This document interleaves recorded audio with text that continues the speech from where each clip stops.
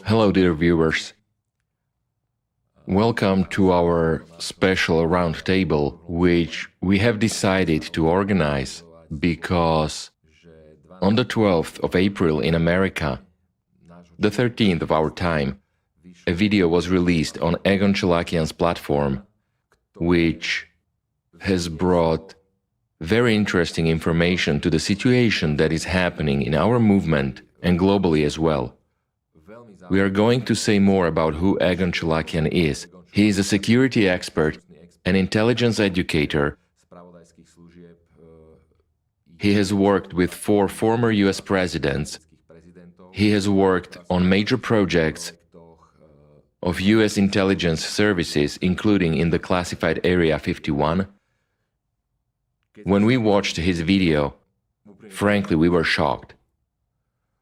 We were shocked by the information that was voiced. But, on the other hand, it began to explain a lot of things. Why we, as volunteers of the organization, were bullied, harassed, had dirt thrown at us, and ultimately, we understood where the wind was blowing from. Exactly. And we have also understood where all the misinformation comes from, where all the sentiment in society for disintegration comes from. What we have seen already, for example, in the United States, what has happened, the disintegration of the United States, the disintegration of the European Union, where all the pessimism of the population, the distrust of politicians comes from. And today on this platform, we're going to unfold that here. Well, yes, it's true, because if you take the fact that somewhere around 2006, 2004 or so, when polls were taken, even in Europe, that how many people were in favor of the European Union, those numbers were brutally high. If you would do the same poll now, all of a sudden you would get somewhere below 50%. So what is the reason and why exactly there are voices in America that Texas is leaving the Union, that one is leaving the Union, even voices that there may be a civil war and so on? That is, you're going to learn who's behind all of this and why it's happening. It was very interesting how he uncovered a certain secret force, a shadow force that is actually infiltrating politics, infiltrating various states, and not only in Europe, but also, as already has been said, in America, which is basically their main goal, what they are after. And the whole thing was very fascinating. Yes. It's also worth pointing out that the group around Egon Chalakian has been working on this unmasking, on this project for more than 30 years, since 1993. And so they've managed to gather some very interesting and serious information.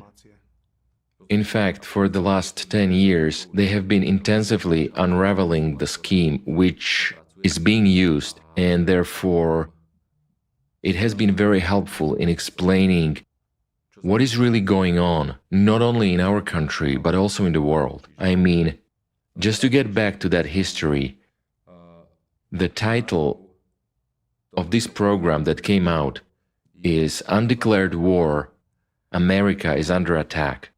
When you first look at it, the first thing that comes to your mind is what kind of attack, because there are no battles fought and so forth, but ultimately it clearly reveals where that war is being waged. That is to say, it is being waged precisely in the field of information and in the field of our minds, what we think, what we accept as facts, and that makes the war all the more dangerous because we do not know how to face it. Yes, it is not a customary war with weapons. It is really a war of information, with how people perceive their country, structures, and basically what they then want to do. I was also struck by the question, why Slovakia? After all, who are we? What are we? We are like some tiny little country somewhere in the European Union. And why did they suddenly choose Slovakia to start as some kind of bridgehead of that operation here? I mean, it clearly shows what was stated in the Chalakian's video, that they needed a country that is already a member of the EU to set the scheme for how to get to other Western countries that are in the EU, and it is more convenient for them to do it in a country that is not big. There's a high probability of them succeeding. So this is actually why Slovakia. And moreover, we should probably say, what are we going to call that organization? I would suggest that we stick to what Chalakian said, that we will stick to the term KGB. But we will now explain why. There were several departments within the KGB, and the one department that basically remained unchanged since the 1920s and kept its line without any organizational changes was the department associated with Felix Dzerzhinsky, Gleb Boki, and Barchenko. And when we were digging into the information, we found out also on the internet that actually it was that department, and it was confirmed to us by Chalakian in his video, which dealt with war in human consciousness and subconsciousness, that is influencing the human conscious and subconscious mind. And that explains a lot of the things that are going on here. I mean, they have experience with it, they know how it works. Chalakian also says there that it was not at all assumed that this organization was still functioning. Yes. It was assumed that this organization, or that subsection of the KGB, was actually dismantled with the collapse of the Soviet Union. But obviously, that's not the case, because the practices that they were using basically under the Soviet Union are now in the working. And on that basis, they actually started this surveillance. Suddenly they detected in the information field practices and a system of work that was typical to that division of the KGB during the Soviet Union. Yes. So we actually have two organizations that were waging an active information struggle against each other. That is, one was trying to tear America apart, the other was trying to tear apart the Soviet Union. The one that managed to break the Soviet Union without a single shot won. And the other organization, which therefore had lost its field of operations, sort of its castle, its empire, took it as a huge defeat. yes, like vanity, and it leads up to basically them being willing to eliminate anyone who stands in their way in order to carry out their revenge. Exactly. To get revenge for the fact that they have lost. And they do this by very insidious methods, that is, by implementing someone else's thought into the consciousness of the masses. And in this way, they achieve that actually the people themselves, so to speak, disintegrate the society which, today, can be described as democratic. And that is actually their main objective. Yes, because whatever way you look at it, at the word democracy, we still have freedom here. We still have a certain kind of liberty here. That basically we do not want something like North Korea to emerge here. Exactly. And yet, even today, we can hear completely contradictory statements from some journalists that freedom of speech and freedom of religion is something that is not natural. We can hear ideas like not all people should be given a space in the media, which actually violates the basic principles of human rights and freedoms. And it is precisely on the basis of these substandard statements that we can identify that this is a work of this organization. But people cannot even imagine that they could be manipulated in any way. Who would admit it? It is very difficult. But basically, the way the whole situation is developing, even in geopolitics, even the perception of individual states, countries. It is actually as if the results of this influence are only visible in the long term. And that is why it is also so difficult to detect this for other security services, who have it going on right under their noses. So you have something to look forward to, which we will discuss in this roundtable. So let's move on.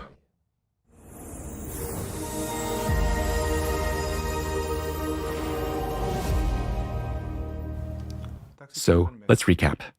Since 1993, after the collapse of the Soviet Union, there has been a certain secret shadow organization, which we have already named the KGB, whose main objective is to subvert democratic regimes and to avenge the destruction of the Soviet Union.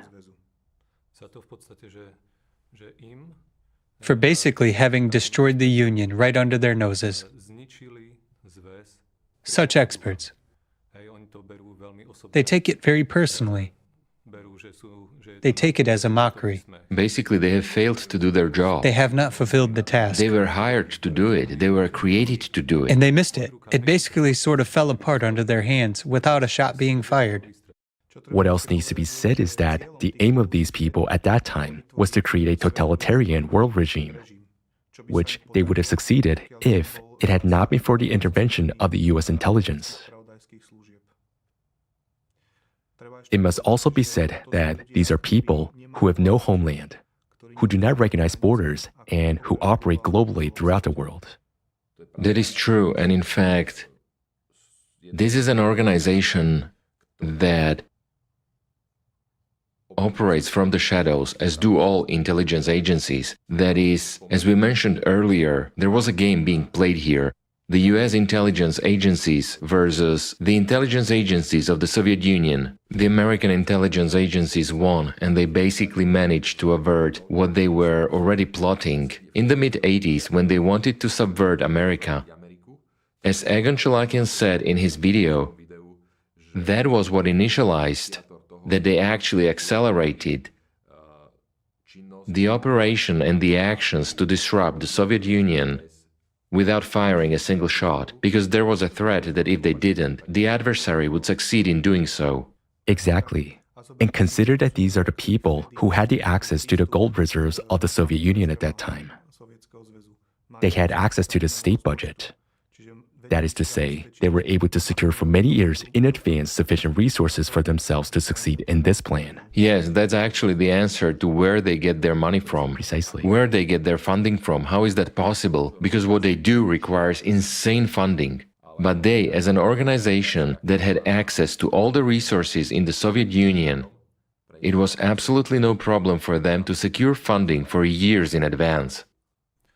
You still have to remember here that they're not aiming to gain some kind of outright influence over somebody, or they are not fighting for power as such. This is a downright payback thing. They go and destroy. They are subverting democracy in individual countries, whether it's the European Union, whether it's America. Chalakian says it's all just targeting America. He even tells us what it leads to. Exactly. And you can tell precisely by the practices they use. That is, as we mentioned, they never go into direct open conflict. They always operate from the background and through their so-called front organizations, which we will also discuss today, who they are, what they are. They bring ideas of disruption, of discontent, of division into the minds of the masses, so that people themselves create pressure, so to speak, to overthrow the democratic order. Or even to start a nuclear war. Just consider that you have a politician who for real will be controlled in this way, who will create fear in society, and consequently, the people themselves will find it necessary to carry out a preventive nuclear attack against their enemy. That is, they are not afraid of starting a nuclear conflict or a nuclear war. That's the unraveling of America is already indicated by this, or these, I should say, actions or initiatives of theirs, that in this year, 2024, the movie Civil War came out in American theaters, where they are actually clearly instilling in people how it can be, how it's going to work, and how they should behave and what narratives to use, and explicitly to unravel society and really to get that war started. I think there was even a date in his video when that's supposed to happen. And that was the year 2028.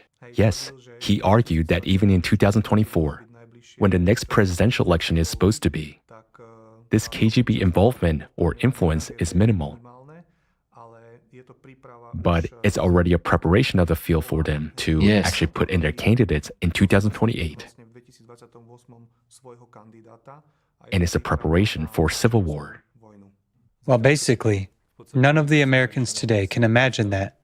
That film, that Civil War, is exactly a guide, to get it into the minds of the people so that they then know when the time is right. Actually, well, that's how it's done.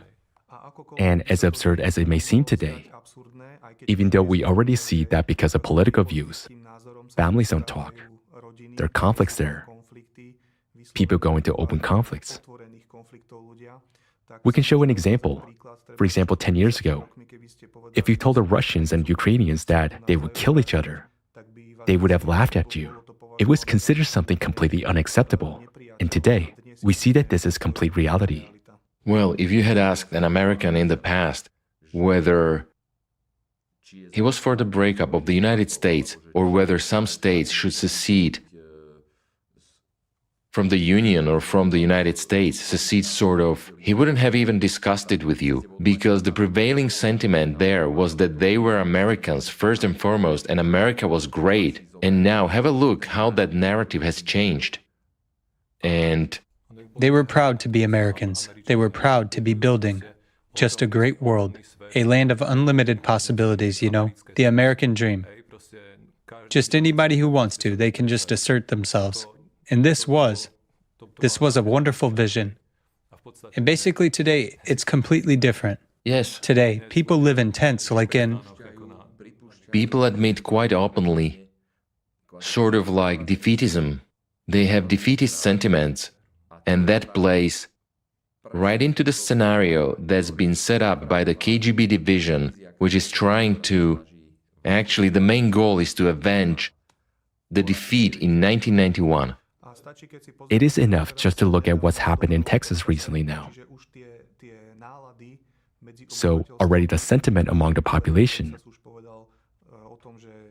where the governor of Texas has already said something to the effect that he doesn't want to actually submit to the federal regime.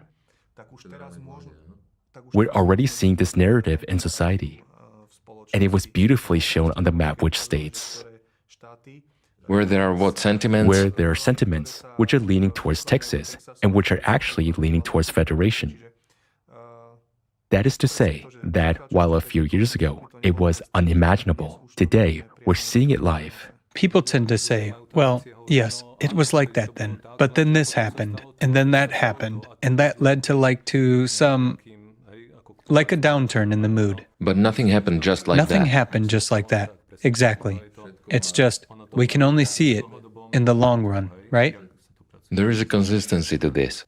What this has actually revealed to us is that nothing just happens by chance, and everything happens for a reason, and somebody is behind it and driving it. And we already know who that is based on Chalakian's video.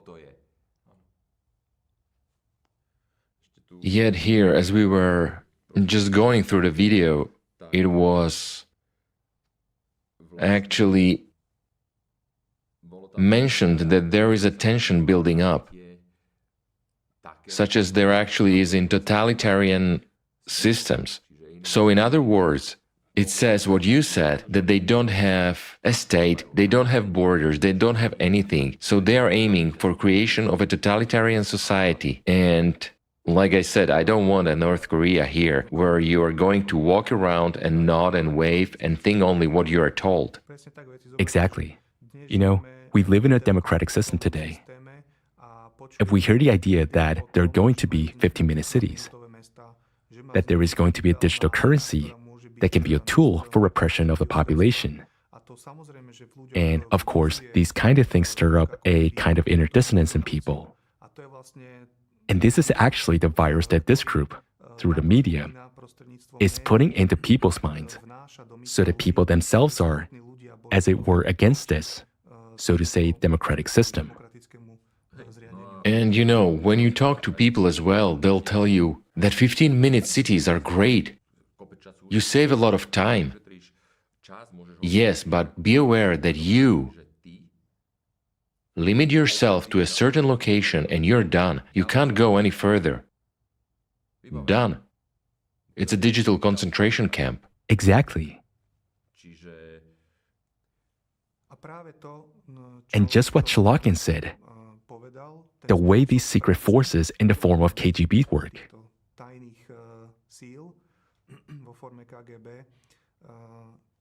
exactly reveals the handwriting of this organization. And now it becomes all the information that surrounds us quite clear and understandable.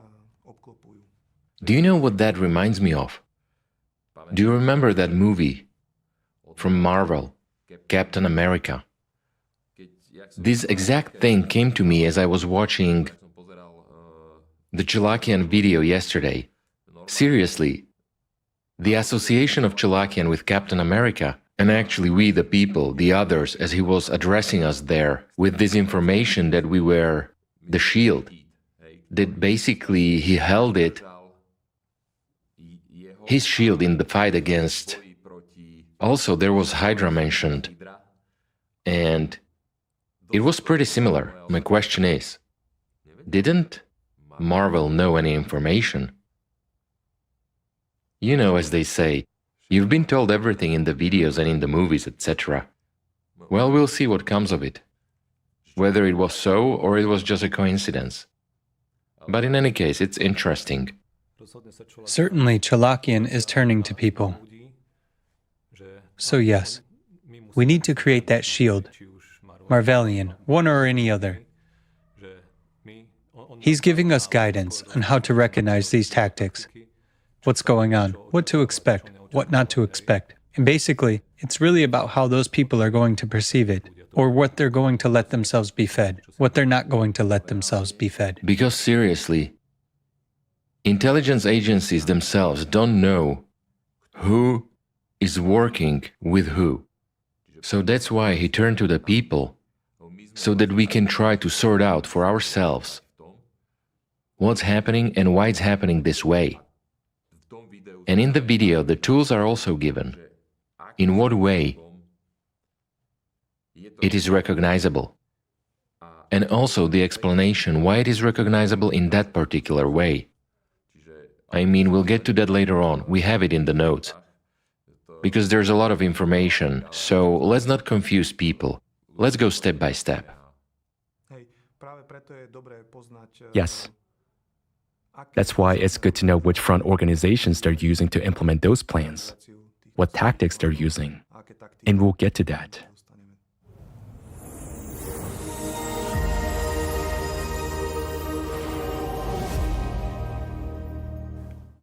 As Chalakian explained in the video, actually, the KGB division is using to stay disguised and that no traces would lead to it, so-called the front or cover organizations, that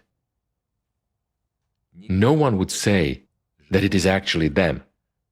The first such organization he mentions is the Russian Orthodox Church, which was a shock to me personally, because, you know, a church organization, lots of believers and so on, you would never have thought in your life that it was their front organization through which they carry out their actions. But it is interesting that one of the prime ministers of the Baltic republics called it a sort of terrorist organization and wanted to have it banned in the European Union. And we'll get there. That's when I saw it. I'm saying, look how everything is starting to fall into place, right? It's not just bubbling, but now when you are going through it, seriously, each and every little puzzle piece falls into place and gives you a particular picture that's been hidden for a long time. And just like a curtain, starts to unfold nicely. Right. As they say, you know a tree by its fruit. Exactly. And the other one is, you mentioned it, I think.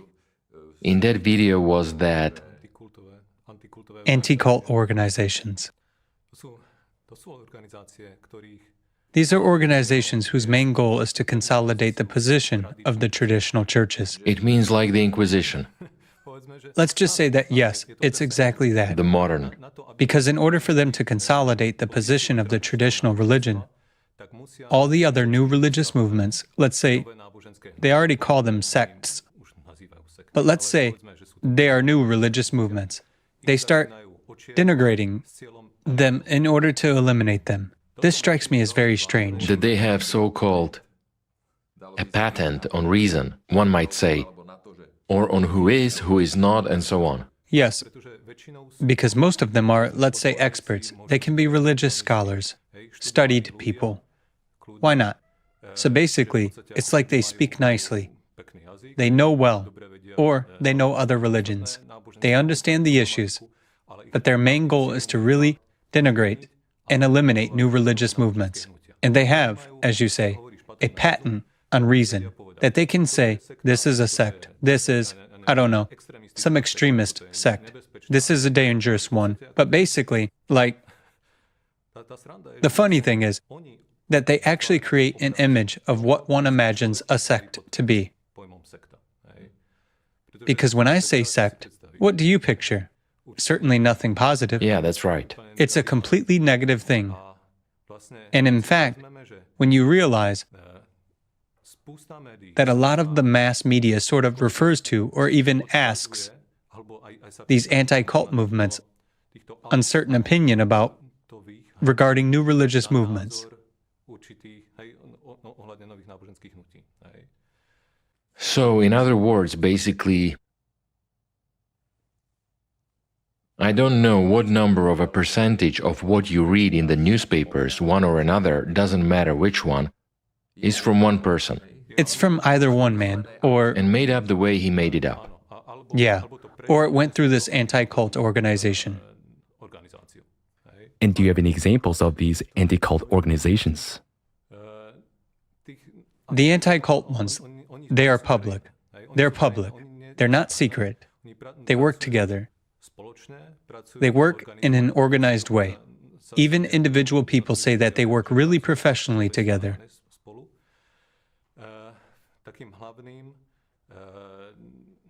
But when you think about it, the Czech Republic and Slovakia too, as well as a lot of other countries, have these organizations.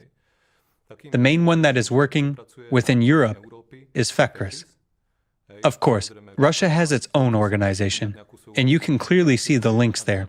What I find strange, though, is that we actually have organizations that are absolutely legal, whose aim is to smear certain groups, to label them mostly as sects. They don't know anything else, basically. They basically look at it from that religious point of view. FECRIS is based in Paris, if I'm not mistaken. And it is also funded. Which means that the French taxpayer is paying for a quasi-undemocratic organization, I would say, which labels and smears, denigrates even them, if they do not have the right religious view, as I would say. Well, the right religious view, I wouldn't take it that way, because they're defending the interests of the traditional churches. Take the last X number of years. How many new religions or churches have we had that would be presented in the media as positive? Zero. Zero. Because it's as if the newly emerging ones are automatically pandered to and are automatically vilified. Right from the start. Don't they also have some sort of proxy or access to the UN, these factories? They have. There is. Some direct cooperation.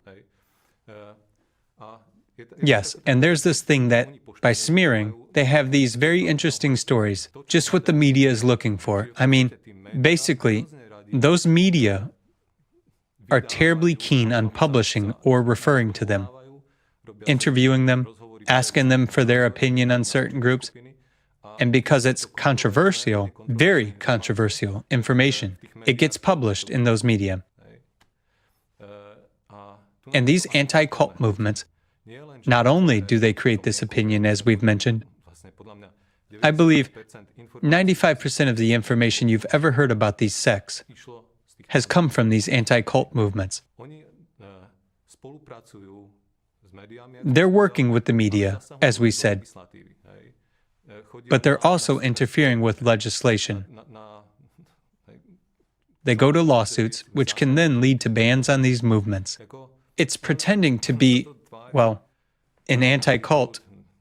Nobody has a clear idea of what it actually is. A harmless organization, but they do some really dirty work. Egon Chalakian mentioned it in that video, and we think it shows that in reality, those anti-cult movements are sort of a weapon in the field of information warfare. They are there so that nothing points exactly towards the KGB organization. What is more, for a long time, the leader of factories was Dworkin,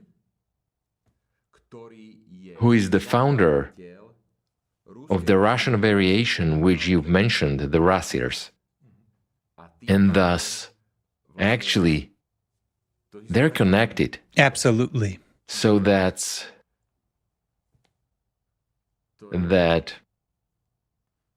boggles my mind.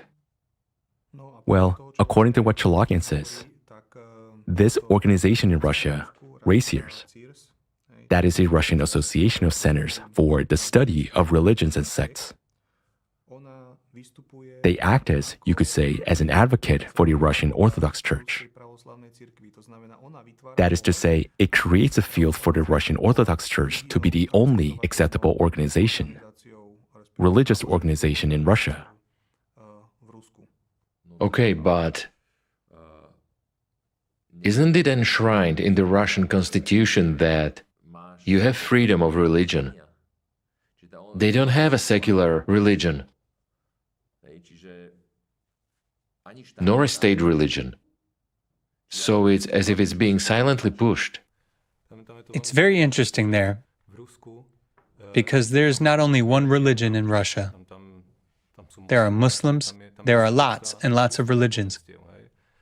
But even as Chalakian was showing in his video, basically, behind the president of Russia, always present, there's this patriarch of this Orthodox Church of Russia. Nobody else. On all, one can say official visits, not on all, on many official visits, but always in that photo, as Chalakian showed those photos, there's always Kirill present.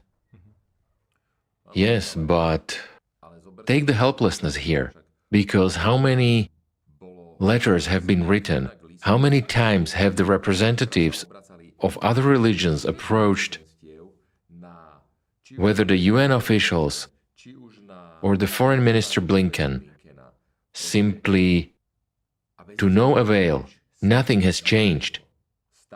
There is still simply one group of people who basically continue in their activities, labeling other movements as sects,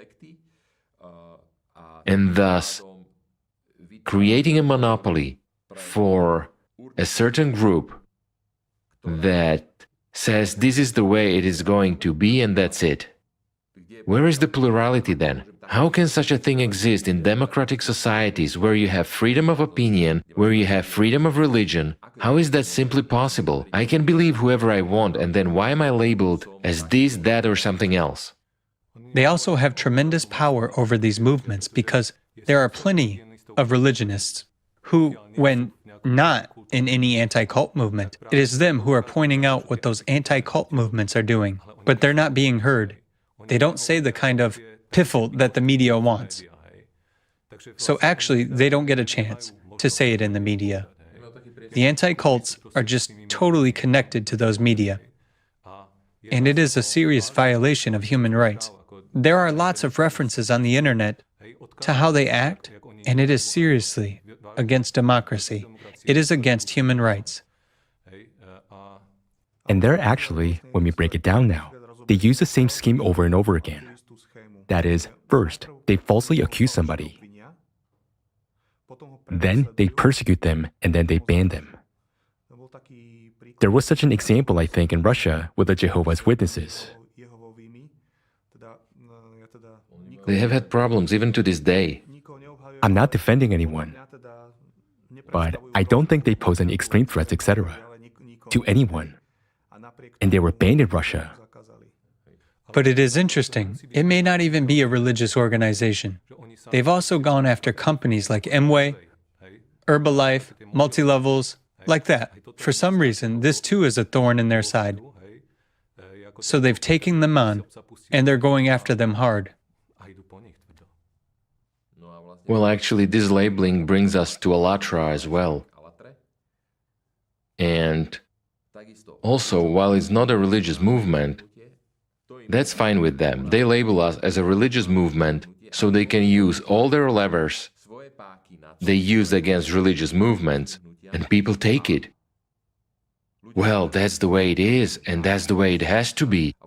And people don't realize at all what's really behind it. And so, as Egon Chalakian said in the video, basically Allatra was like a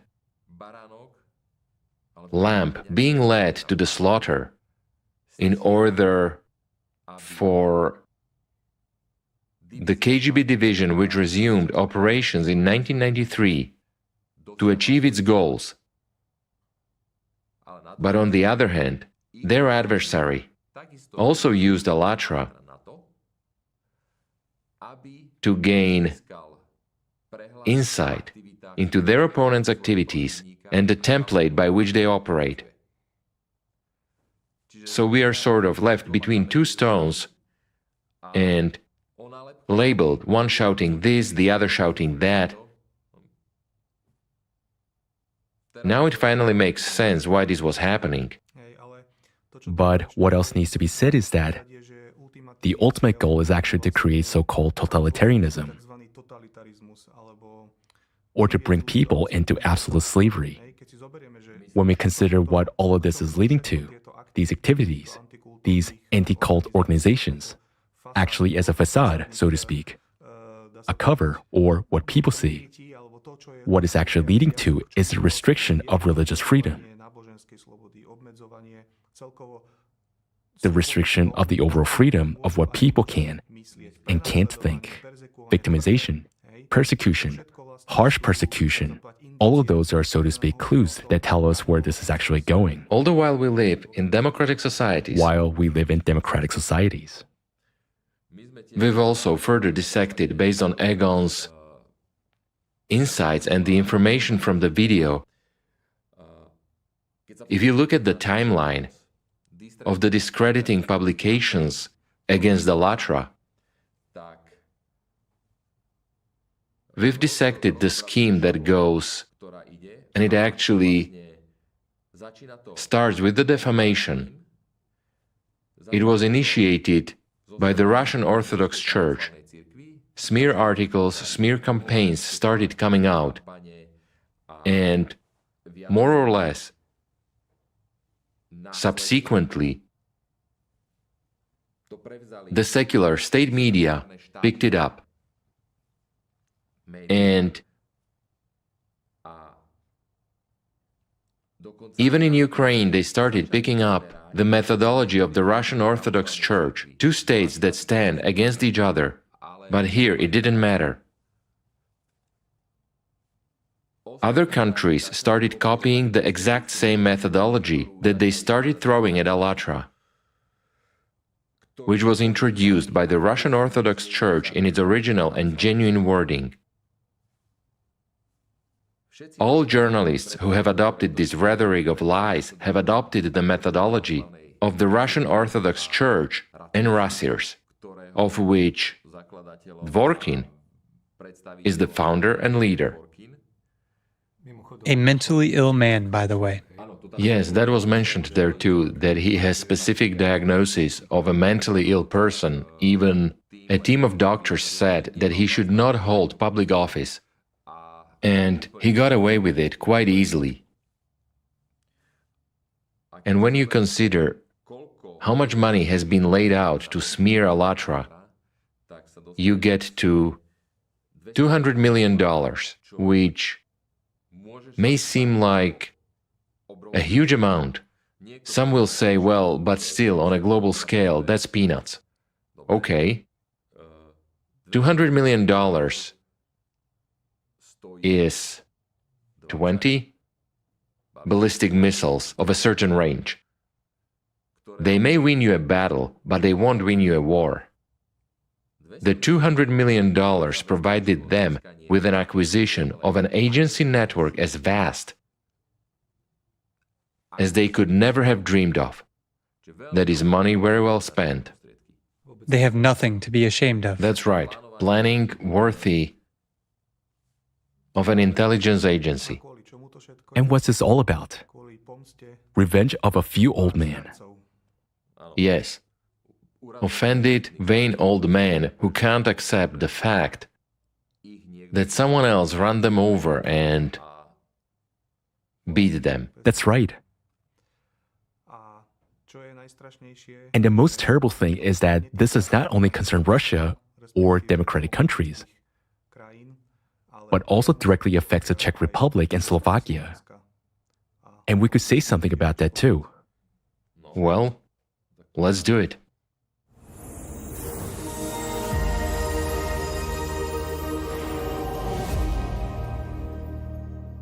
So let's take Slovakia in more detail since we live here.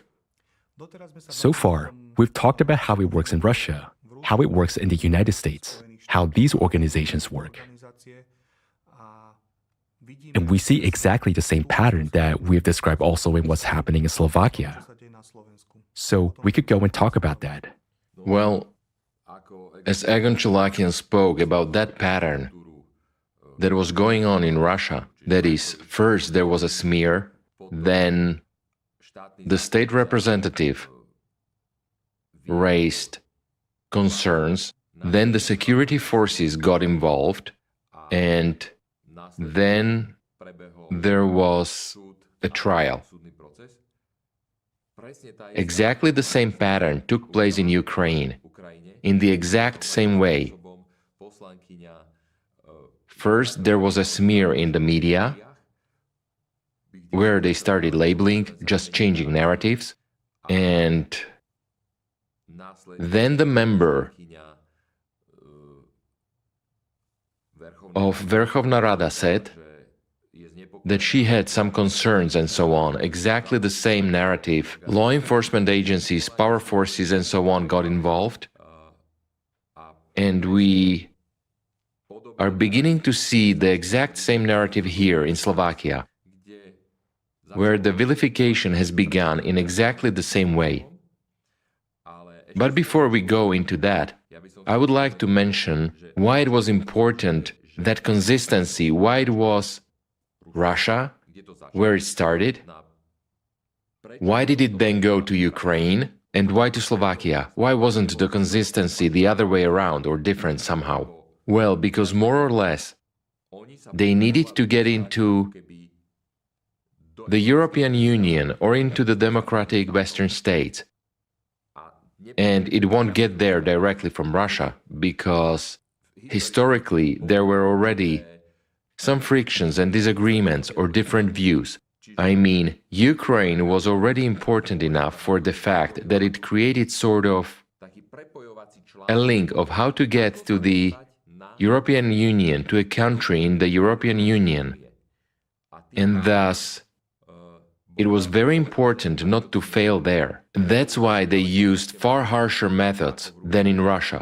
They could not use the narrative of the Russian Orthodox Church and these organizations, and so a narrative of the article from the Ukrainian constitution about high treason was used, because there is a war conflict going on, and therefore, if we look at the fact that most European countries, or the whole Western democratic world has sided with Ukraine, it was used to transfer the rhetoric right here to us. That is to say, that consistency goes and has already been transferred to the European Union. And since the Czech Republic and Slovakia are the closest and the most interconnected when it comes to this Ukrainian crisis, we can see that it has started here. And you've mentioned, Tomáš, one of the reporters who more or less started it. It started with, or the first defamatory article I've noticed in the media, the Seznam News. That is the reporter, Mr. Gavrinov, who, in a classic pattern, refers to basically everybody. Among other people, he refers Mr. Vojtěsek, who, as we said, is part of the anti-cult movement. This Mr. Vojtěsek is regarded as an authority of sorts in this area in general. Exactly as we described with those anti-cult movements. It's absolutely the same pattern. If you take the fact that you have a member or a preacher in some church, in his case, the Church of the Brethren, and he has a degree in religious studies from some theological faculty, so he becomes an expert, and I would expect such an expert to be unbiased, to be objective, to compare those movements, to be interested in them, to want to understand them, to know the differences. But that's not the case there. Simply this religionist is biased because he is a member and a preacher of the church. That, to me, is already an obvious clash of interests. And in addition to those two things, he founded the anti-cult movement, or the Society for the Study of Sects and New Religious Movements, which, of course, wherever something, a movement, comes up, it immediately gets a label: sect, totalitarian sect, extremist sect, whatever. For me, the overwhelming question mark was why Alatra was associated with this at all. But he began to talk about us, to show how he really creates that opinion, how much of an authority he is. I'll tell you that such a major news portal in the Czech Republic, or one of the major ones, as is idnes.cz, has 46 articles that take him as a reference. So, in fact, Mr. Gavrinov absolutely, logically, of course, refers to him as well. Well, again, the language used by Mr. Vojtěsek is not completely straightforward because he, as the head of the department, cannot say some things in a straightforward way. But those articles and statements use such a hidden language that in a way one gets an absolutely negative image from it, denigrating. And that's exactly the handwriting of the intelligence agencies, which means that even the reports that we have seen, even at first, it always starts with an article in some private media, where the articles are deliberately written using very harsh terminology. As you mentioned, totalitarian sect, dangerous sect, criminal organization, and so on. That is to say, they need to give the reader the impression, or to evoke a very strong emotion of fear, usually, and the associated disgust towards the organization just by looking at it. I really liked how in this video, Chalakian discusses specific schemes of intelligence work, where, for instance, he called one of these schemes a white thread sewn into black cloth. What does that mean? This means that when they need to dehumanize an organization, they usually put in the same article with some other, perhaps already publicly known organization where something bad happened. And they actually sort of stitch through that white thread like on a black canvas. That is, when one looks from afar, one sees a gray canvas. That is, it blends in and he automatically associates, say, Alatra with some criminal organization that he already knows. I think in the very beginning, they even associated Alatra with ISIS or something like that. And that means that one has to come closer and dig deeper into the issue, Break it down. and break it down to distinguish that it's actually a white thread sewn into black canvas. This is a handwriting of the intelligence agencies. Another thing that's used, another technique that Chalakian described, is the so-called false victim method. That is, it's usually done in collaboration with renegades from some organization. And so in the case of Alatra, it was a particular former member who, you might say, didn't find what she was looking for, didn't find the fulfillment of her ambitions within the Alatra International Public Movement. And now, she's actually getting what she actually wanted. Right, that is a spotlight, A lot of attention. the fame, the attention, the recognition, the applause, and etc. And that it actually creates this fake victim that doesn't even exist in reality. Okay, but let's go step by step so we don't get confused.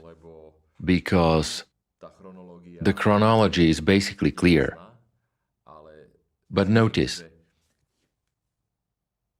that first, and this wasn't that long ago, I think it was sometime in the spring of 2023, there was this sort of a general article with a religionist on a reputable Slovakian portal. As it wasn't explicitly harshly critical, there were critical parts, but it was so intertwined that it was both yes and no. And that's how it was concluded there. Then there was a blog that came out on the next one after that, where they already started to feed in some information regarding the fact that Slovak intelligence agencies were involved in this and so on. And yet, that information was never confirmed anywhere, and it was only two journalists talking on a blog. SME, we can say that. Yes, it was on SME. And then there was silence for a long time, until, in a way, events in Ukraine happened in terms of starting that power phase. That is to say, the power phase started there, already specifically the persecutions, house searches, etc. And then at that moment, journalists in Slovakia started to actively denigrate Alatra. Who took that on? Yes, but the consistency is exactly like this. There is already this step here, and now, in the next country, we start with this step, and we go on. You can see that it is organized, Yes, and that it is one director. it actually started, but what struck me is that it wasn't even Slovak journalists, but the journalists from the Czech Republic, right? I mean specifically Mrs. Cyrokova, who,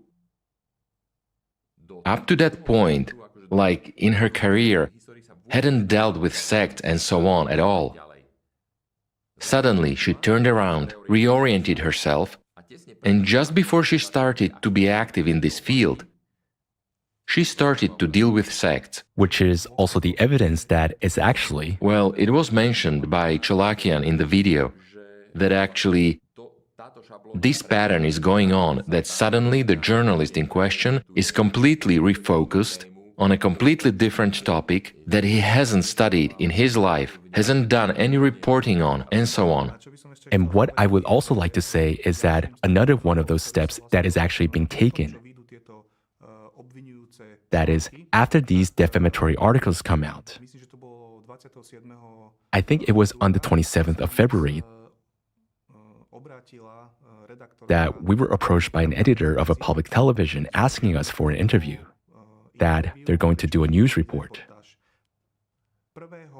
On the 1st of March, 3 days after that, most of the official channels of Allatra and Creative Society were deleted from the TikTok platform, which means that obviously it was in somebody's interest not to allow people to get to the information directly,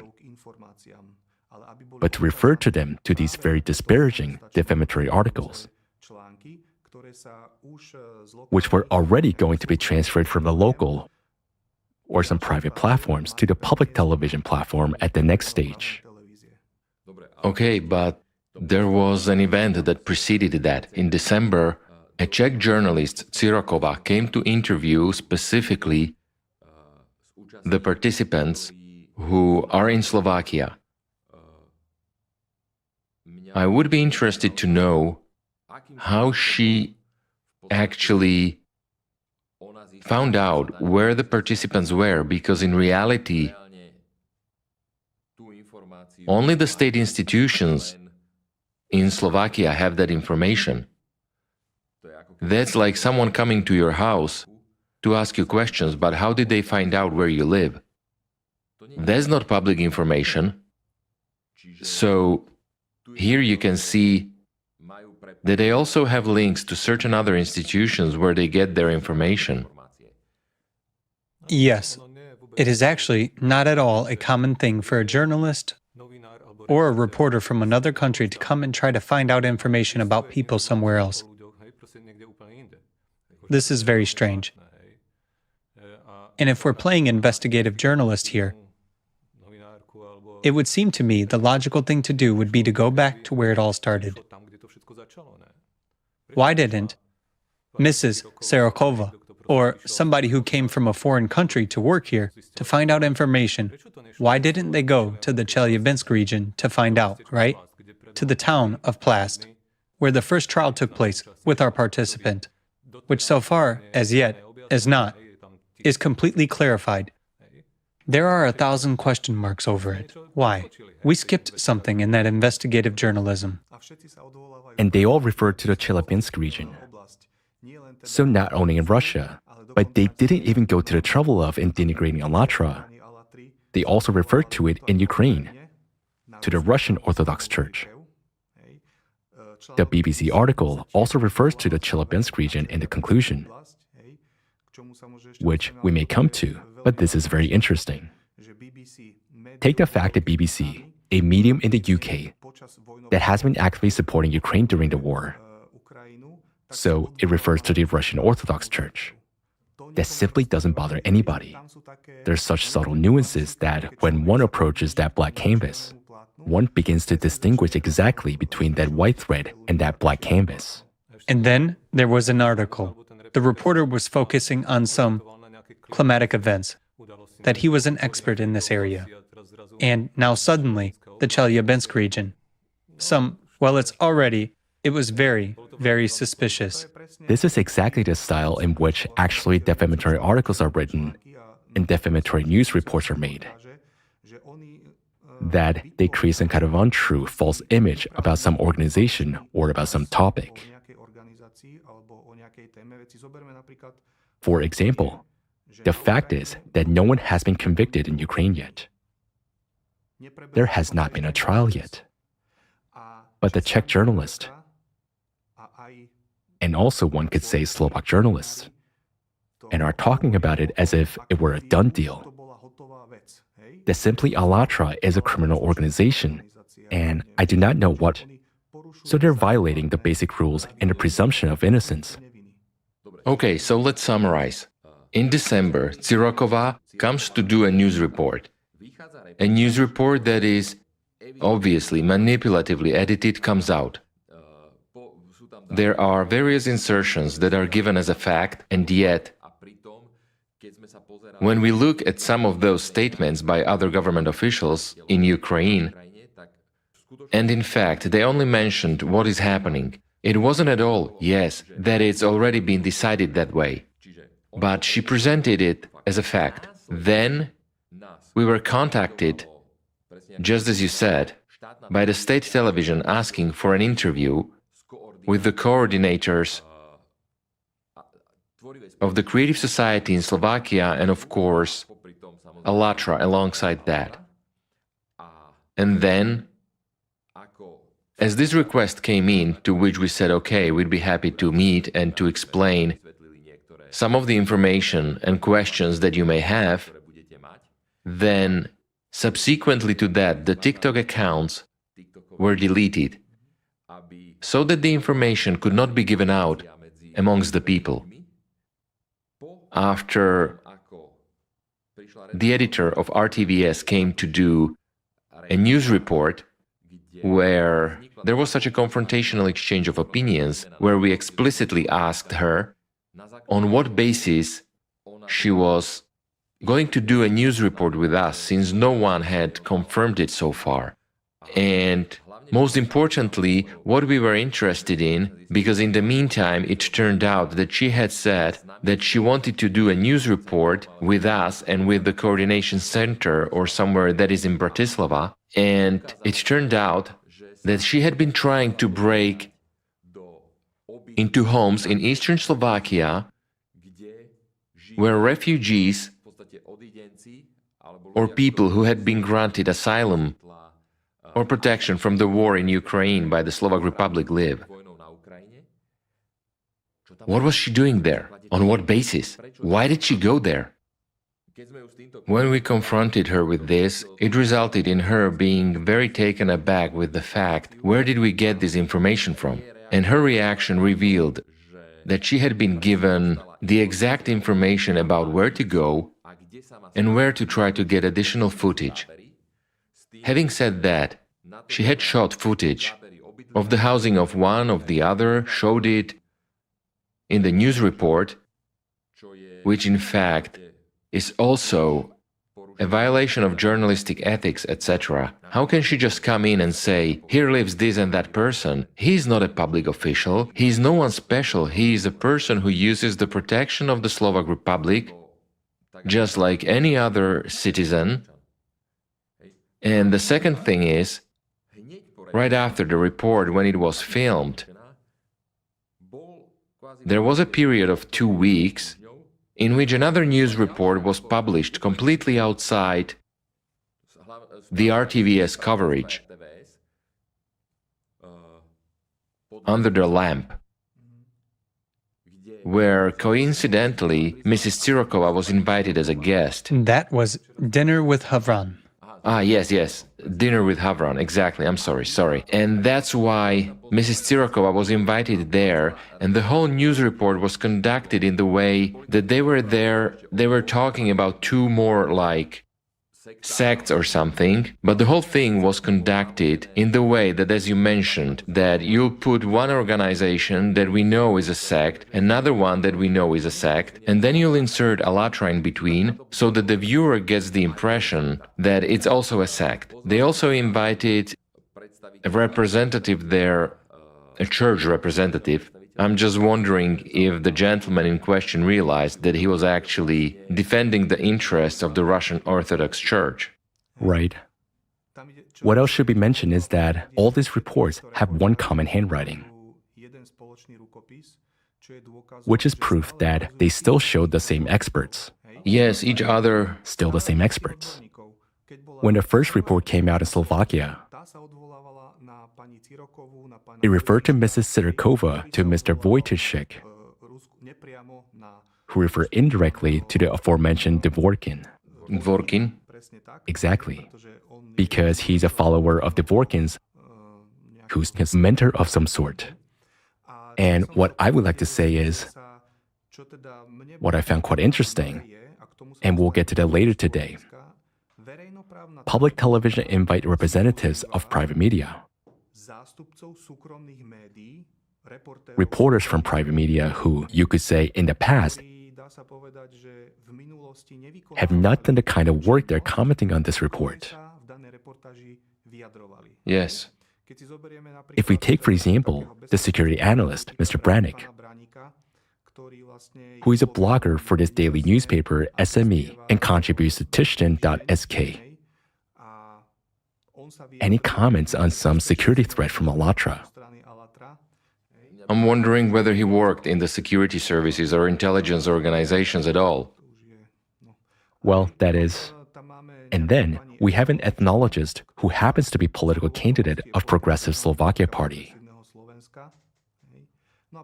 And then, of course, there's Mrs. Sirkova, who has been subject for several reports in the Czech Republic because of prejudice and biased information.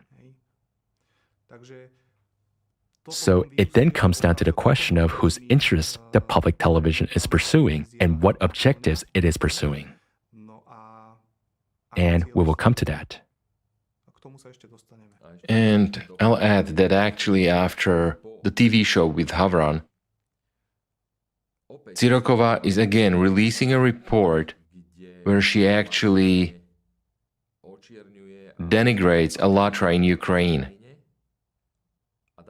And it can be said that on the basis of her report, the representative of the Ukrainian Verkhovna Rada, the deputy who initiated the whole thing, is immediately making a statement saying that there is still no decision, no trial, nothing, that it is still only at the stage of investigation, as if she were already eager, indicating that it needs to wrap up already, because we need a trial. So, the politician is pushing The investigators and the law enforcement agencies to basically already deliver the verdict that they need. Right. That would be the next step in here as well. And that would be the next step for sure. After the news report on public television, which we could perhaps dwell on a little more, what was interesting and what shows the bias and one-sidedness of this report is that Mrs. Penchatova, the editor, filmed us for 2 hours of material, and yet only exactly 1 minute and 42 seconds was used. Each one of those, you could say, clippings that she used lasted an average of 3 to some 7 seconds, and was inserted between two negative statements by these different analysts. Yes. Who, from my point of view, are not interested in making sense of it, what Alatra is about. But they've been given a clear order to classify Alatra movement as a cult and dangerous and so on, and to smear the name and create public opinion that is a dangerous organization, that is a security threat, and I don't know what else. What was also very interesting is the fact that this whole report was based on the false claims that Alatra was being investigated by the Slovak police throughout the whole report.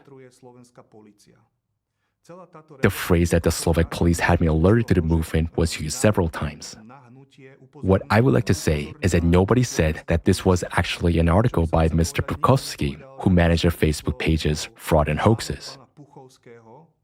It was never some sort of, you could say, official statement from the police. No one from the police has contacted us officially yet, nor has anyone been contacted, let alone the police have had any dealings with us or investigating anything. So again, an attempt to feed the public false information about some kind of security threat, which in principle goes exactly according to the handwriting that took place both in Russia and in Ukraine, and which, as we will go on to discuss, is directed towards the other objectives of this organization.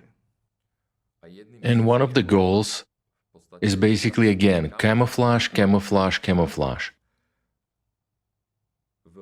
It was mentioned in the RTVS news report how much money has been paid to refugees who are actually tried for terrorism in Ukraine and are hiding here.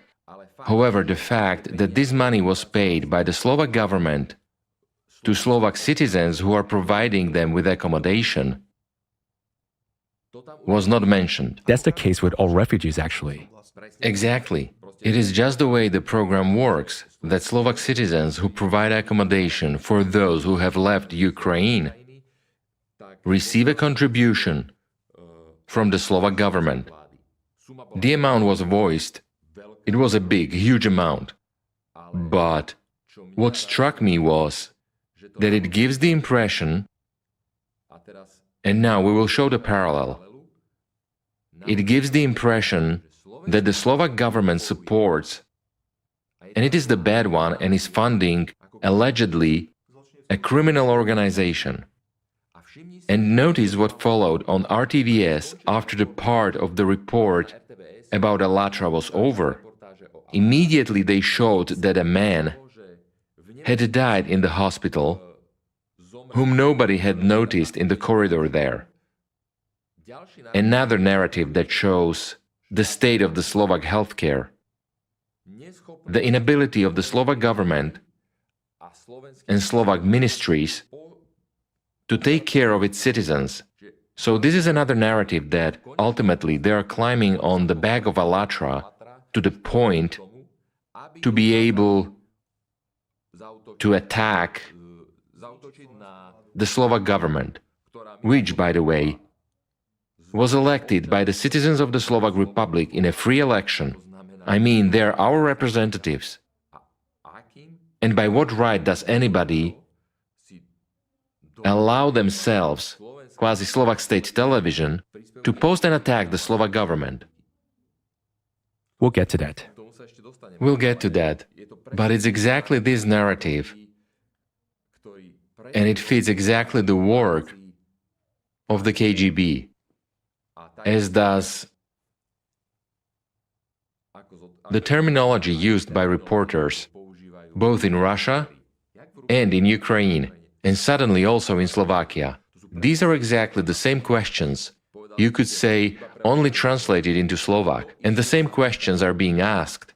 There it is being asked, here it is being asked, there you ask it, and it was still the same answer. So then, what kind of investigative journalist are you? I'll tell you about one more such story that I had with an acquaintance who went to work for the United Nations in New York, who said that journalists no longer. In fact, he refuses to speak to journalists, and the reason that he gave was that reporters as such have ceased to exist.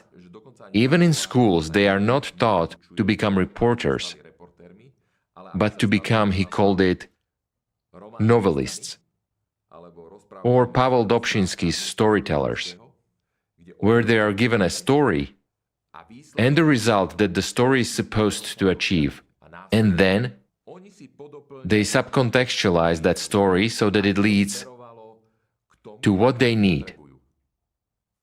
So there's another fact of reporters not doing their job the way they are supposed to. Exactly.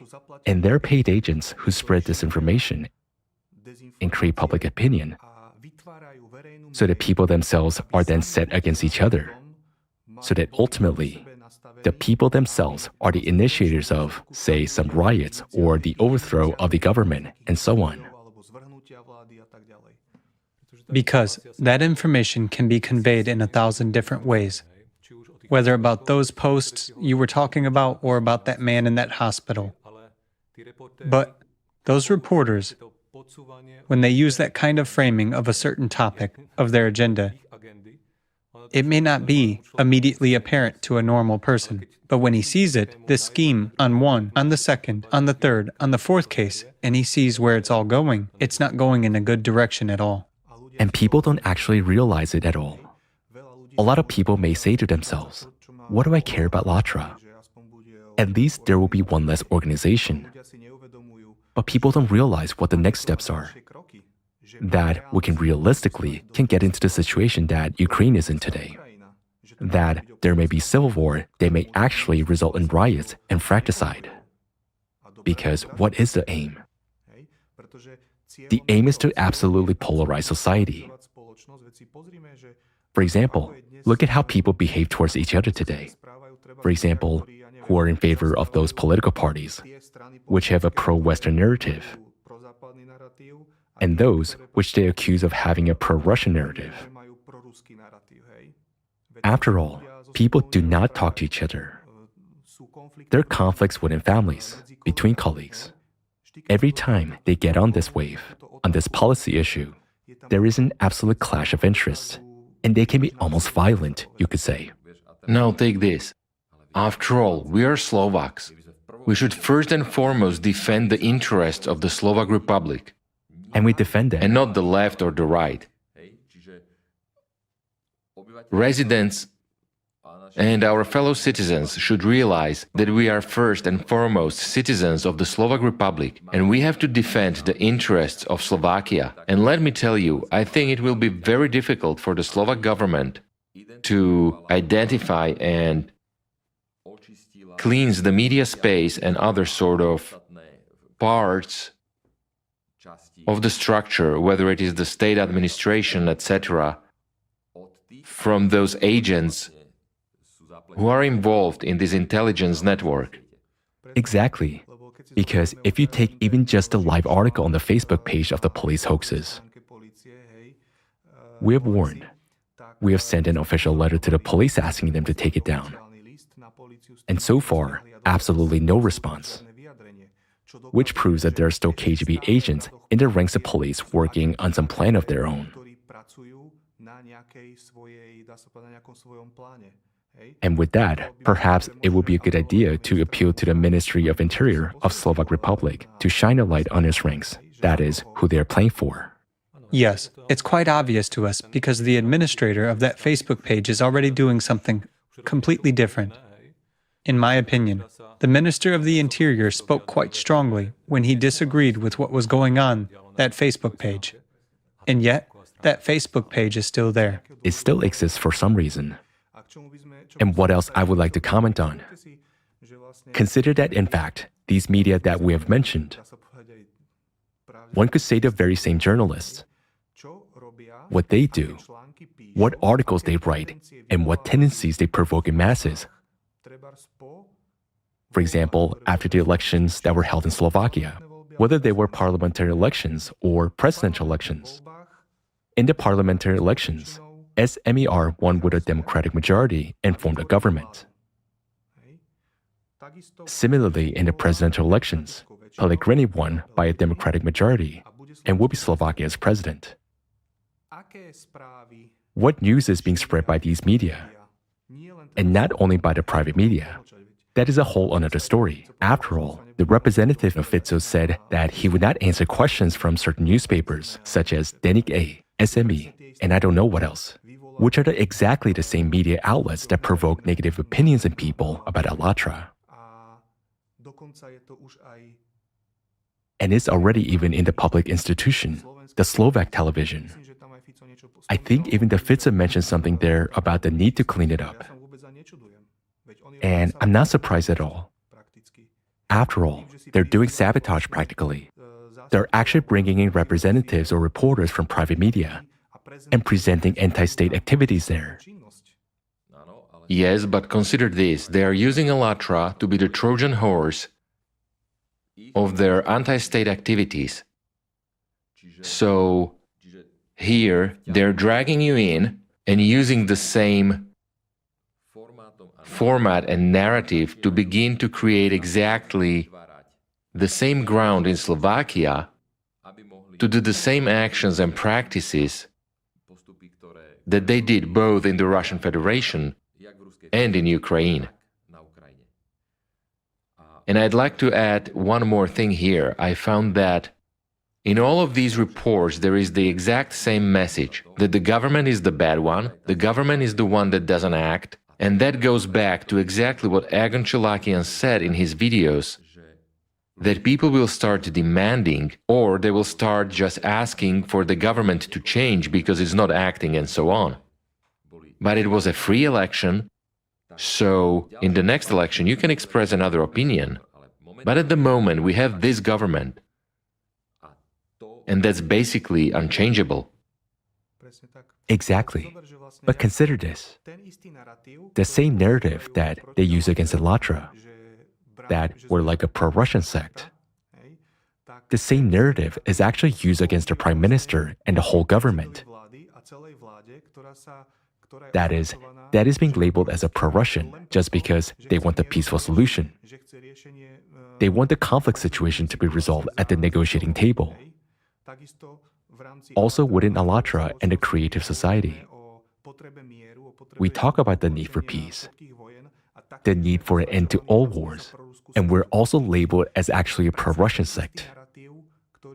So it is exactly the same narrative that is being used by these paid actors, these KGB agents, to subvert society and to create totalitarianism.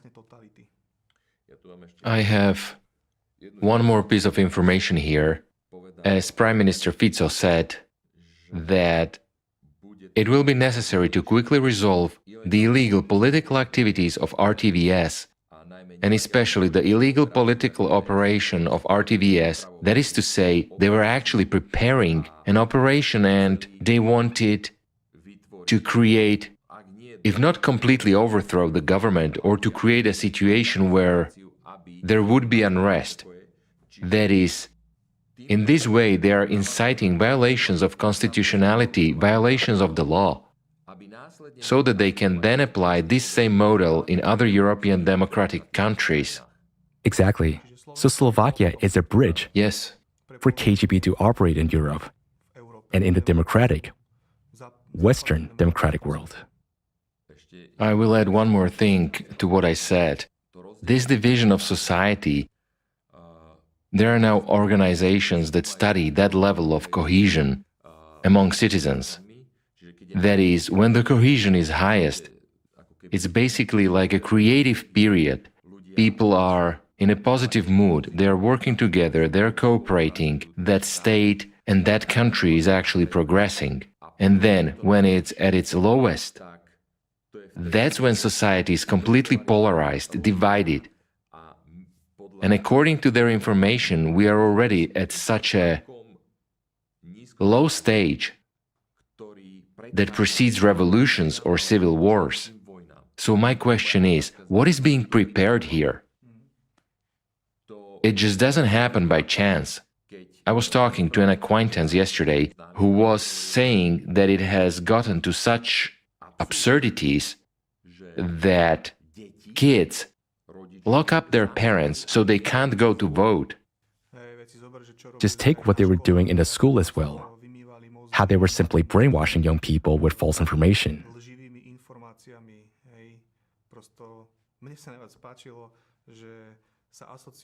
What I liked the most was when they associated some stupid person with a Fico voter. That this image was created in society by using these special techniques of intelligence agencies to instill a certain idea into the consciousness of people, who then do not even think about whether it is true or not. One draws a quick conclusion, and that's it. And he has no idea that his conclusion has been prepared in advance. So we, in other words, we citizens, should not all just ignore it. When we see that something illegal, unconstitutional is happening and we should do it, even though a lot of people will say, well, there's no point in that. No. We should always turn to the police, to law enforcement, or simply to representatives in the government, representatives in parliaments or regional councils, and ask them what is being done about this issue.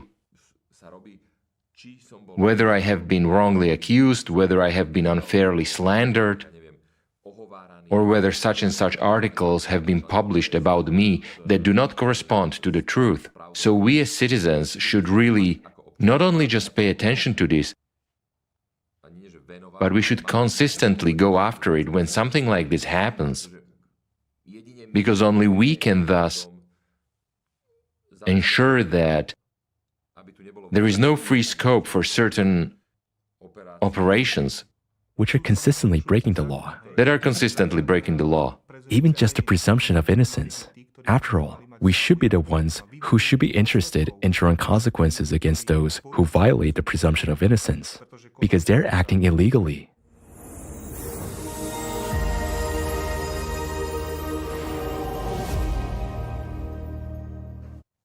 One more interesting fact to our discussion that was voiced in Egon Chulakian's video, in which he actually said that in Slovak universities are recruited foreign intelligence agents, and we found out who he was actually talking about. I mean, I looked it up, and it's even publicly available there.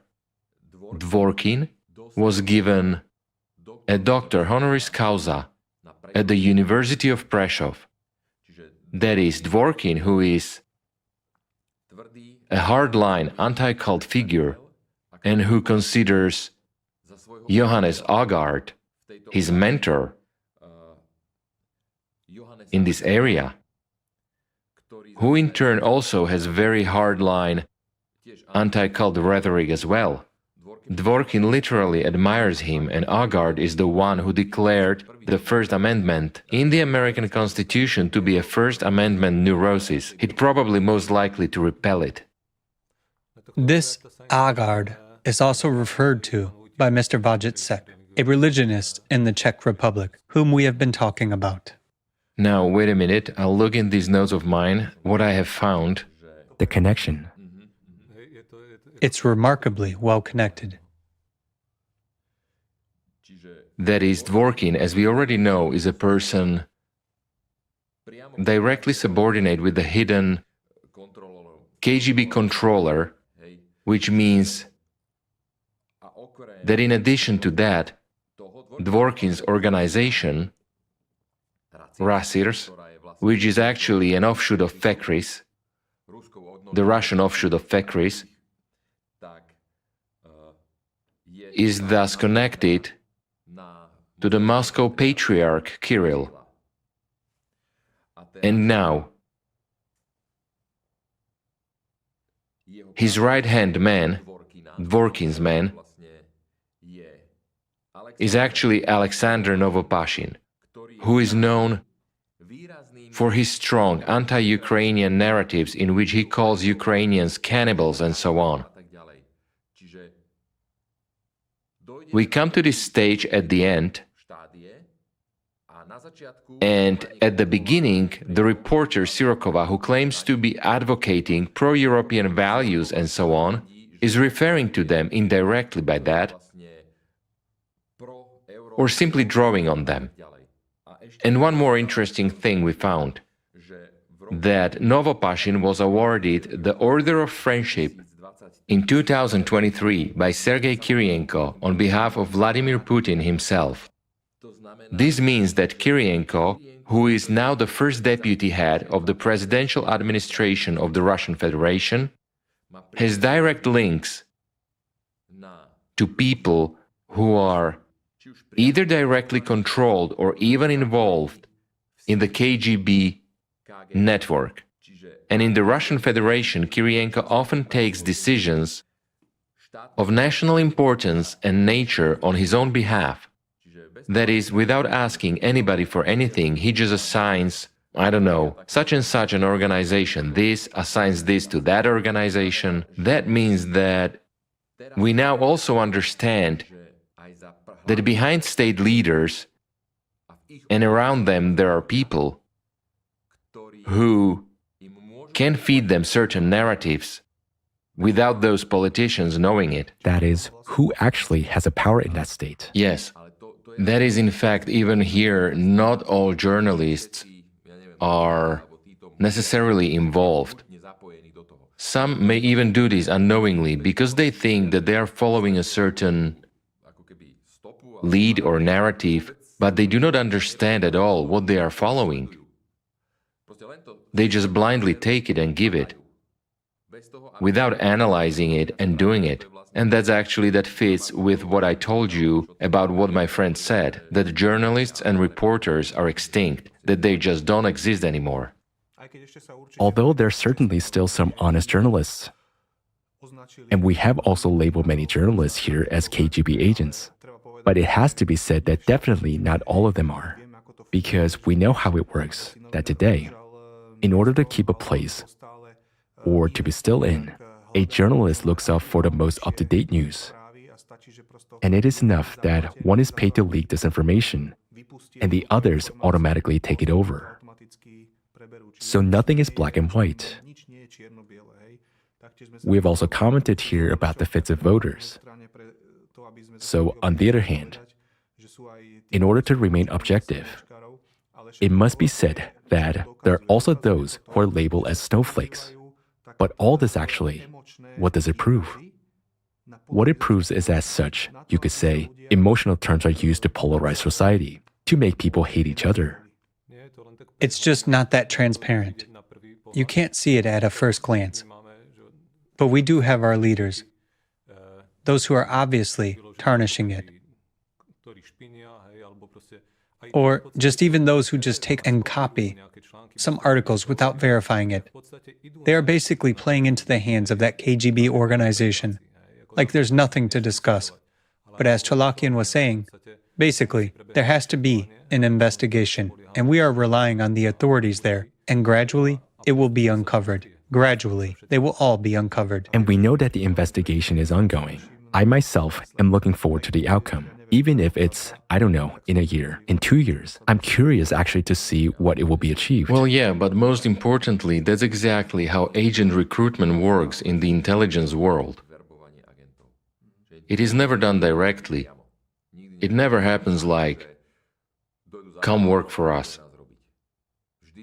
It's always done so covertly that even the person who has been recruited often doesn't even know about it. And only when the task for which he was recruited occurs, then he suddenly finds out that he's already in that network, simply that he's already stuck there.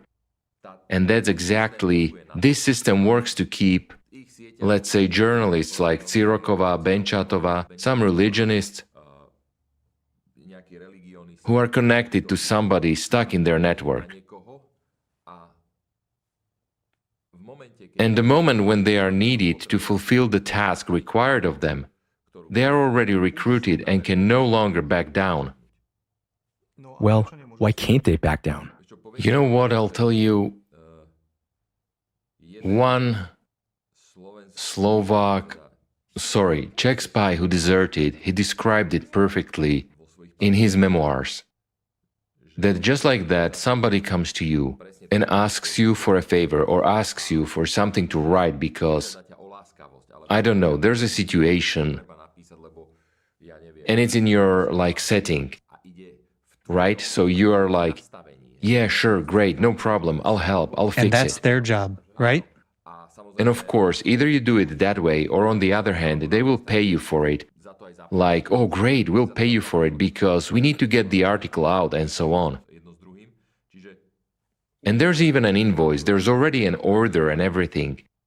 And subsequently, there will be a couple of those, and then he says, and all of a sudden the same person comes up and says, well, tell me the length of the runway at the military airport in Kuchyňa. Tell me how many, I don't know, Patriot devices are located there and there. And I can't get that for you, you know, that's classified information. Well, excuse me, we have evidence here that you've been working with us for a year. And now make up your mind. Either you keep supplying us with information or you do what we ask you to do, or we just send this to law enforcement and you end up in jail. And they've already got a man recruited and most people have nowhere to turn back. So this has been described in more than one paper about the way agents are recruited nowadays. And today, there is nowhere to go because they operate in many countries.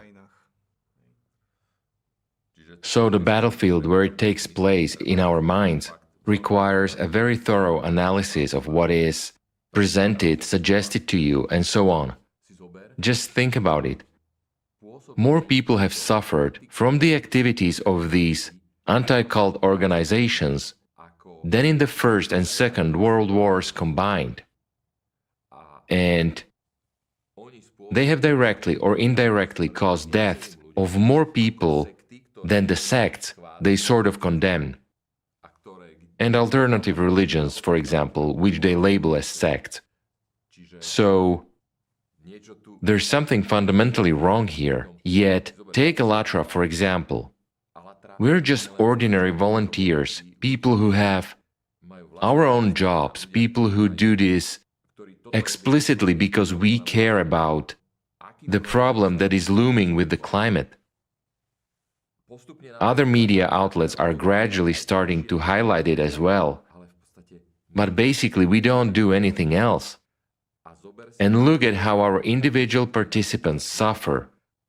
And due to the work of such journalists as Tsirokova, Benchatova, for example, where our participant in Ukraine also had journalists come to him, they showed his house, and subsequently, after the war started, missiles flew in and destroyed the house. After all, the volunteer did not live in this house alone, but with his family, children, small grandchildren, and all of them saved themselves only by a miracle. Naturally, after this event, the family had to leave Ukraine, and this volunteer, who suffered 2 contusions in the explosion of his home, was discharged from the army and later peacefully left with his family. He legally crossed the borders of Slovakia because part of the family already lived here. He arrived in Slovakia as a refugee. Here they show his house from all sides. For what purpose? Are we now to expect someone to come and burn his house down? Or someone to come and kidnap him, or something like that? For what purpose? This is where they are sort of getting into the position non-journalistic, and a mistake has slipped in. Somehow we have misinterpreted the information, but literally into the position of endangering the national security of the Slovak Republic and the safety of citizens and people who live in this territory. They are directly involved in marking the targets, so she went there with a clear purpose to show and mark the house. And it was evident in her demeanor when she came here and we asked her about it. She lost her speech and became nervous when we precisely questioned her about it. So she had a clear task to accomplish there. I mean, basically, reporters in these reports show the object They show the target. and thus making the target of the attack. I also found another piece of information which is very interesting and very important to mention, that FECRIS, in its training of journalists, said that they should infiltrate among the participants of the sects and show their homes, show where they live. So you see, this is exactly the instruction on how you're supposed to function as a guiding agent for something like this to happen. Unbelievable. That's shocking. After all, there are plenty of other cases as well where they damage the property of the participants after such news reports. Precisely after these news reports, they spray banners people had up there and things like that. Not to mention the wave that has been launched against the participants as far as, say, their private lives are concerned. How many were fired from their jobs? How many got trouble at work? You mentioned a case of the doctor in the Czech Republic. Can you imagine, in the main article of the Seznam, Zaplachy, a respected doctor was smeared for supporting the Creative Society. Just some photos, I don't know. Somehow they blurred it there. Smeared her reputation, the whole polyclinic. And for what? For what? As you say, we are ordinary people who want to raise awareness of a problem that is a problem of all of us, who can't see that the climate is changing. And for this, we are going to be chased? It doesn't make sense. Exactly. Another one of our participants, which is very interesting, a participant who has also spoken at conferences. He comes from Bucha, which was bombed. He himself was holding his son, and for several days, they had to hide in shelters.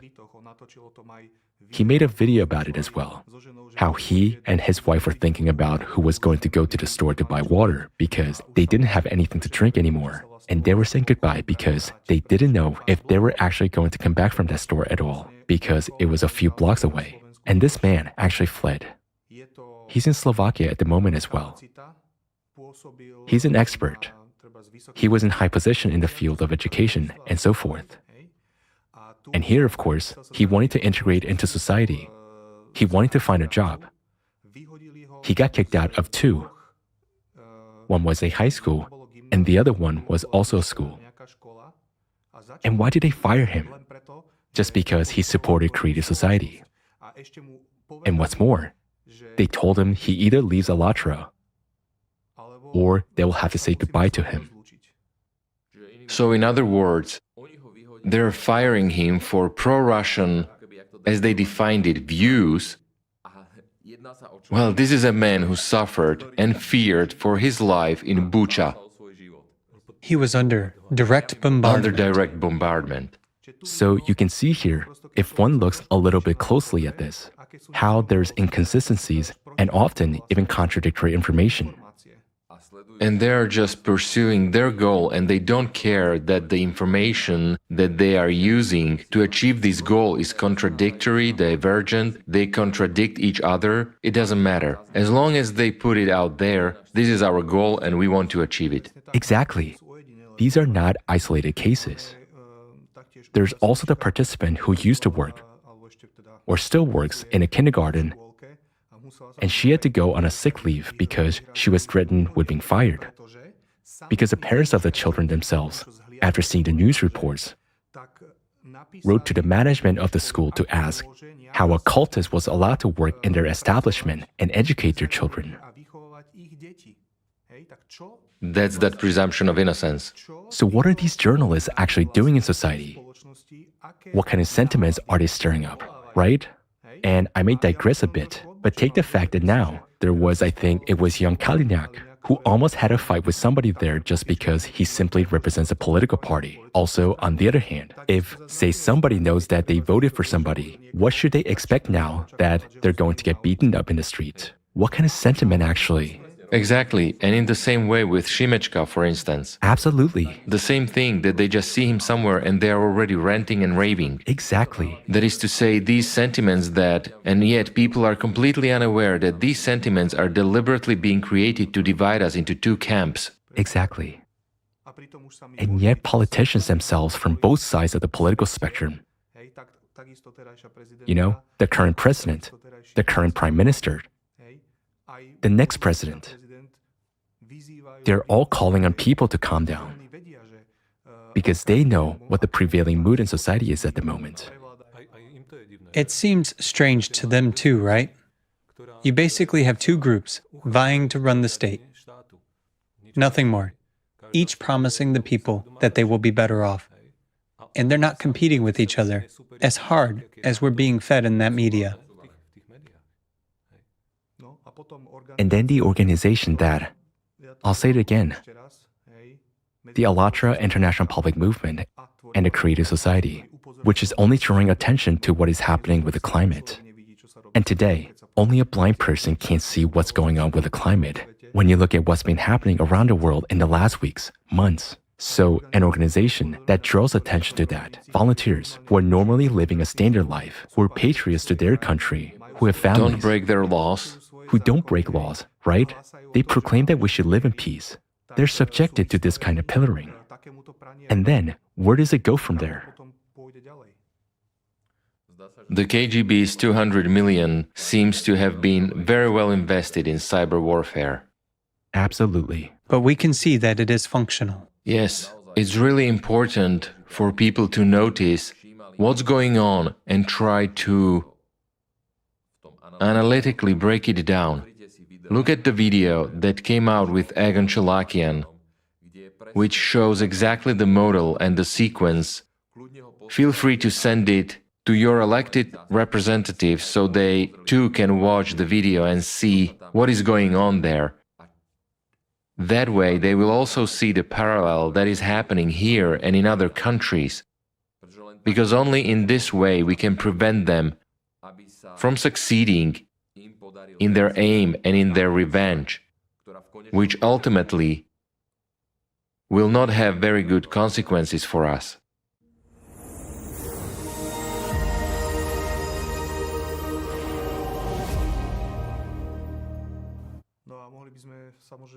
And we could perhaps also talk about the last stage that is happening now. And that is a persecution that is currently taking place against some participants in the Allatra project. And it is important to understand that all this persecution is only happening because most people are silent. Silence is absolutely the biggest problem we have in society today. In this context, I can also think of a saying. It goes as follows. When they were taking socialists,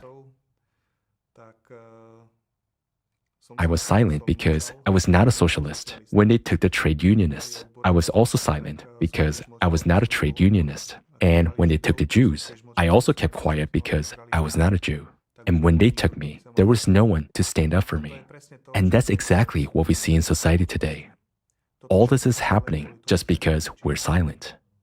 We should not be silent, because this is exactly our responsibility. No one else will defend it. We cannot rely on any authorities to do it on their own. Because look, we have been silent so far, and where we have got to, it is really up to us, up to you, up to Robert, up to me, up to us, the people. Whenever we see democracy being trampled on somewhere, to say so, to put a stop to it. The same thing, the presumption of innocence, when somebody is labeled without any facts. Without any trial. Without any trial, yes, exactly. It's up to us to just step in and say no. Not this, it's just not possible. Basically, when the whole nation stands up like that, it's not possible to go through with it.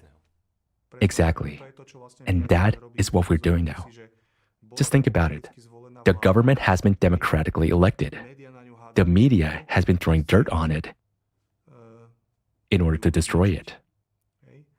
And what we're doing now is that, thanks to Egon Chalakian, and thanks to this program that we're filming, these practices are being exposed and we're speaking out.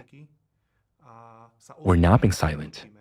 We're speaking out, saying who's doing it, why they're doing it, and so on. The government of the Slovak Republic has my absolute confidence because they're experienced politicians.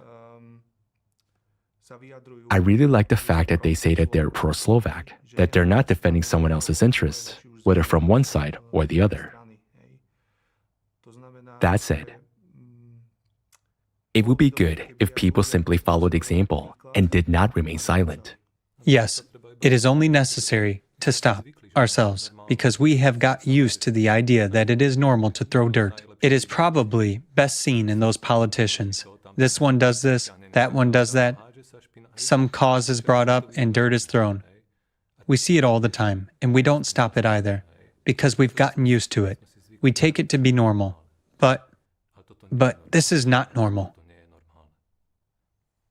Actually, when we have a state, when we have our representatives, we've elected them, so we go hand in hand with them. We can ask them to explain some actions that they have done, but basically we are in the same boat with them. It is our country, and therefore we should support them as citizens of the Slovak Republic in this. And of course, demand that they defend the interests of the Slovak Republic. Indeed. And therefore, we as citizens of the Slovak Republic can support them. And we must support them, because they are our elected representatives. Exactly.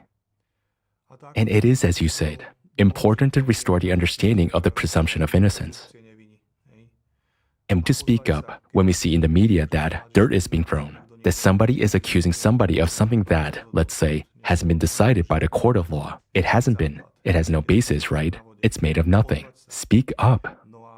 Well, if people speak up, and law enforcement stays silent, that means they're in on it too, you know? Or they're not in the right place. Or they're not in the right place. Slovakia was supposed to be a stepping stone in this operation to destroy democracies in other countries and in the United States and the European Union. Let us make it a stepping stone to preserve democracy and to preserve the setup that we have. And let us not allow the KGB to break up this grouping. It is up to us. It is up to nobody else. Here, we must still realize that there's no hiding now. Now, Egon Chalakian and his group have been working for more than 30 years to uncover this whole, so to speak, hydra. And today, nobody can make excuses that they didn't know about something. And as Chalakian said in the video, high treason, it has no statute of limitations. This means that all those who were involved will be punished. And this is all the information that we've been trying to bring to you, the people, over the last 10 plus years, for which we have been labeled as cultists, for which you have also been spitting in our faces and in our backs. But we have endured it because we knew what was going on and we needed. We felt it necessary to draw attention to this, because if we had stopped, you would have had a very big problem too. It's necessary to realize that it is volunteers from all over the world who are gathering this information, which is then put into videos that are then available on our channels. Because there is currently no other summary of what is happening around the planet.